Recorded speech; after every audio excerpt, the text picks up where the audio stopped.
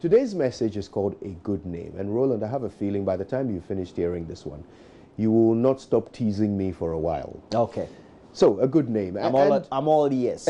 I'll bet. Now, not so long ago, something happened to me.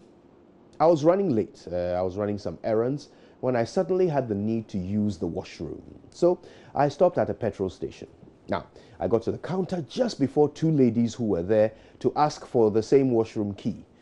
But since I got there first, the key was given to me. And as we walked around the building to find the loo, I was bursting with the urgency that my need for the facility was bringing. But I still did what my mother taught me and offered the ladies the key first. One of them, who appeared to have recognized me when I was dancing from one foot to the other in discomfort at the counter, said, "Oh, thanks, Kojo, but we can wait. It seems you need it more urgently than we do." So, with absolute gratitude, I stepped into the washroom, lifted the lid of the WC, and almost threw up. It was disgusting.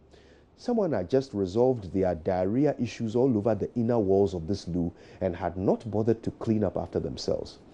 The state in which they had left this public facility was just disgraceful. I don't think I've ever seen anything so nauseating in my life. Who could have done such a thing? But my bladder needs were too pressing for me to stand around contemplating profound questions, so I unzipped and did my business. Just as I turned to exit, a thought struck me. What if those two ladies came in after me and thought I was the one who left this horrible mess? The very thought of anyone thinking I could do such a thing made me want to throw up again. I may never see these people again in my life, but they would live their whole lives under the impression that I was a filthy animal with no potty training. So I looked around frantically and spotted what used to be a white toilet brush. It now had flecks of brown in the bristles and what looked disturbingly like blood on the half-melted handle. I insulated my palm with a thick wad of toilet roll, grabbed the monstrous brush and scrubbed that WC clean before I left.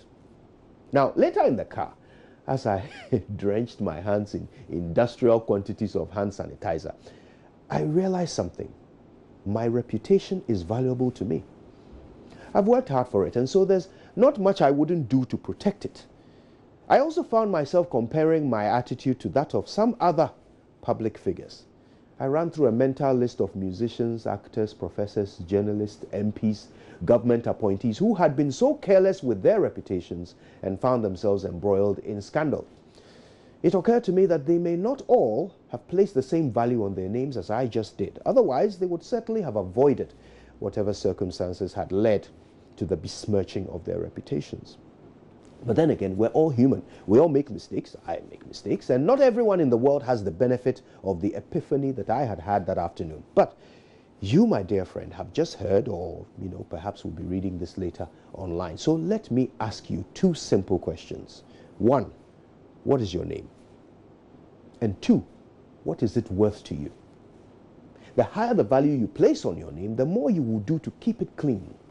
Like the Bible says in Proverbs chapter 22, verse 1, a good name is better than riches.